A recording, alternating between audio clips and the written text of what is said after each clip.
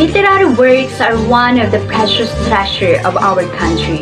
One of the finest literary pieces from the beginning of time were oral lore during pre-colonial period brought by our ancestors, which made our history a beautiful, meaningful, and a colorful one. Oral lore or oral tradition is a form of human communication wherein knowledge, art, ideas, and cultural materials is received, preserved, and transmitted orally from one generation to another.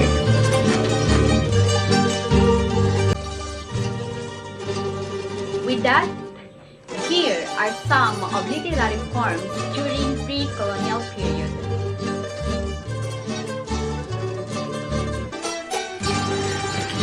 Riddles are called bugtong and purputya among the Ilocanos.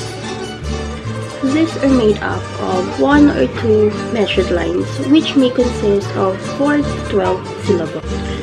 Riddles are statements that contain superficial words, but they function figurative and as metaphor and are in the form of questions. These are questions that demands deeper answers. These are the examples of bugtong. Baboy sa pulo, ang balahibo'y pako. The answer is langka. Next is, isang butil ng palay sakop ang buong bahay. The answer is ilaw. Sa araw, bumbong, sa gabi ay dahon. The answer is banig. In pre-colonial period, one of the means of entertainment is the riddles. For the local, this will give the excitement to every gatherings. Characteristic of riddles. Riddles are word puzzles, a game where you have to think about carefully in order to answer. They have an opening formula, riddle, riddle.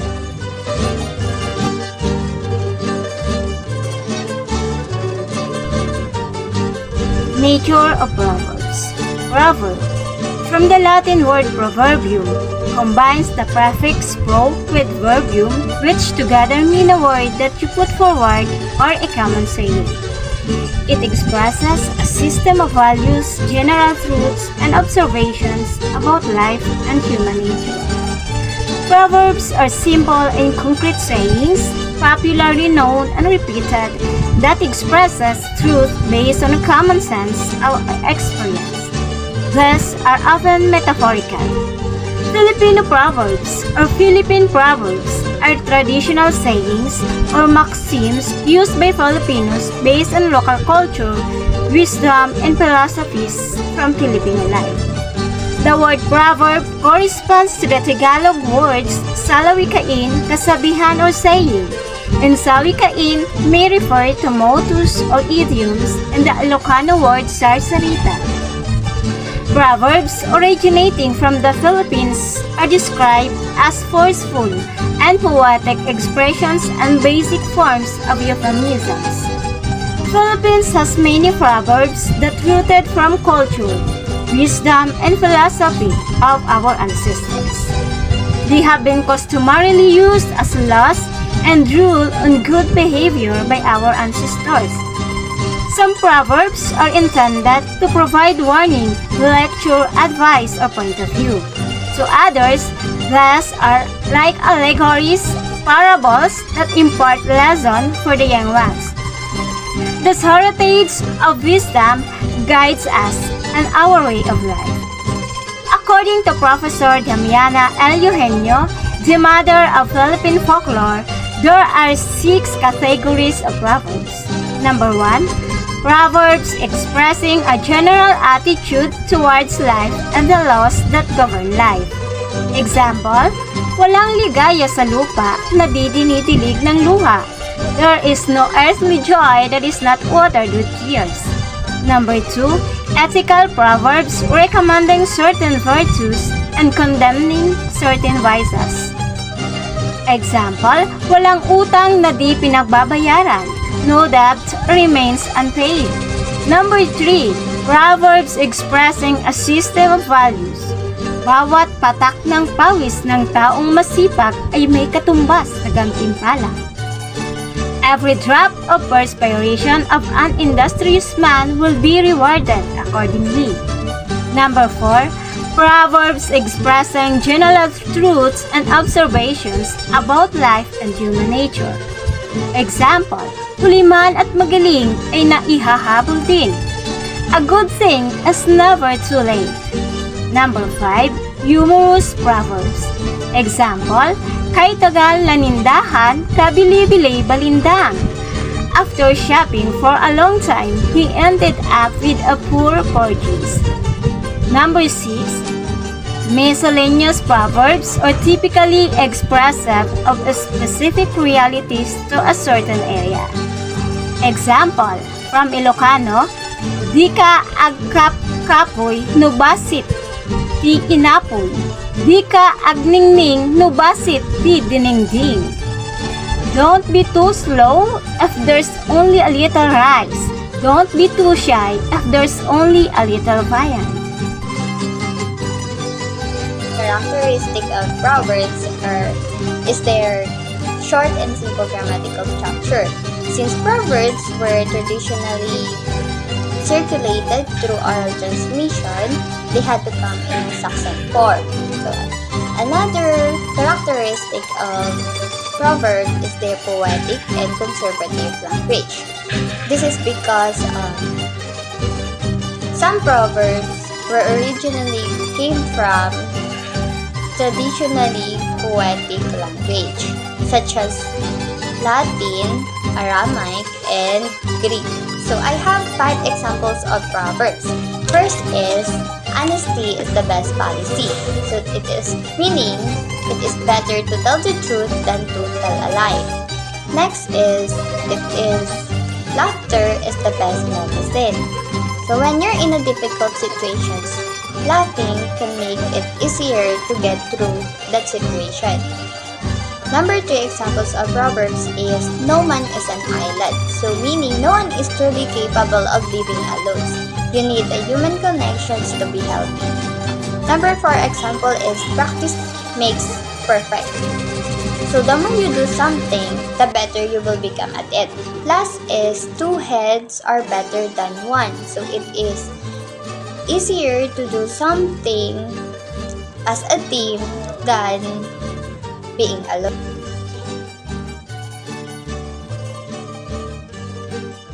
A folk tradition mirrors the Ilonggo's folk's creative or poetic intuition. It encapsulates in a single form the working of creative mind of Ilonggo folks or the common tao, the ordinary soul that one may meet in his daily existence. Housewives, farmers, standbys, laborers, teachers, even students, ordinary as they are. Their lua is a proof of an extraordinary mind whose creativity flows spontaneously from the soul. The richness of the Ilonggo language also lends to the musicality of the lua. The concrete sense experience of image found in lua stand witness to Ilonggo language.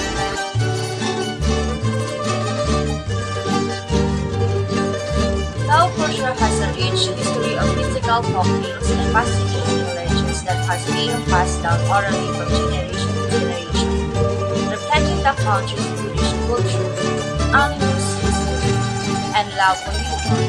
Many of the stories teach love, nature, and beauty, most involving supernatural spirits, gods, and giants.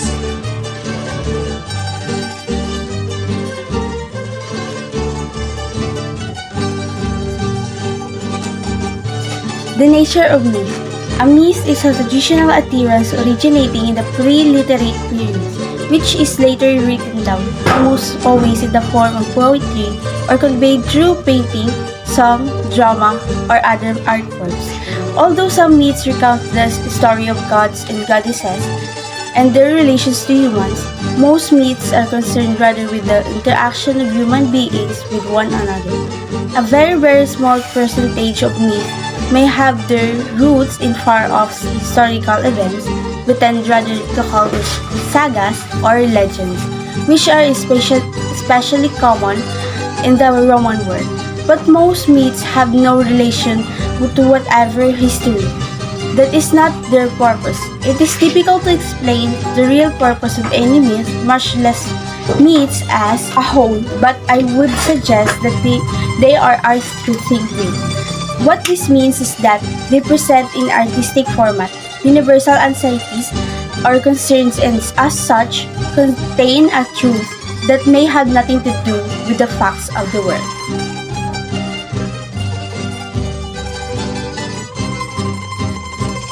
Characteristic of myth during the pre-colonial period in Philippine oral lore. There was a change in character and nature of the stories evolved.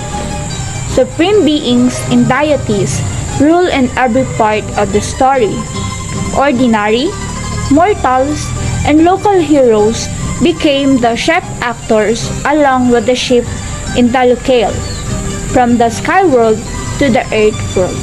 Myth is a complex cultural phenomena that can be approached from a number of viewpoints.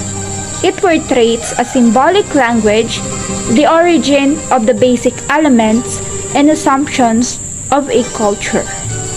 Example of myth in Philippine literature. Myth from the creation story of the Manuvo, the good god and the bad god. Other one is the Kanlaon or Laon. Laon is the supreme god of the Visayas, equal to Bathala of the Tagalogs. The stories are being handed down generation to generation all throughout the country. Although myths are not based on objective truth, but it reflects both universal worries and the worries of the specific culture.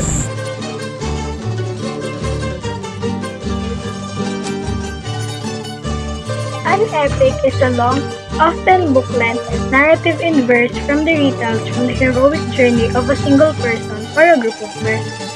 Elements that typically distinguish epics include superhuman deeds, fabulous adventures, highly stylized language, and the blending of lyrical and dramatic traditions. The examples of Philippine literature is the Lamang, the Ulalim, Labaw Donggon, Bantugan, Lumalindaw, and Kudaman. There are several characteristics of an epic, which distinguishes it from another form of poetry. The first and foremost characteristics of an epic is its bulky size. An epic is an extensive and prolonged narrative in verse. Usually, every single epic has been broken down into multiple books.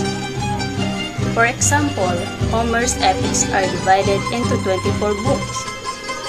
Similarly, John Milton's Paradise Lost has been divided into 12 books. Another essential feature of an epic is the fact that it dwells upon the achievements of the historical or traditional hero, or a person of national or international significance. Every epic extols the valor, deeds, bravery,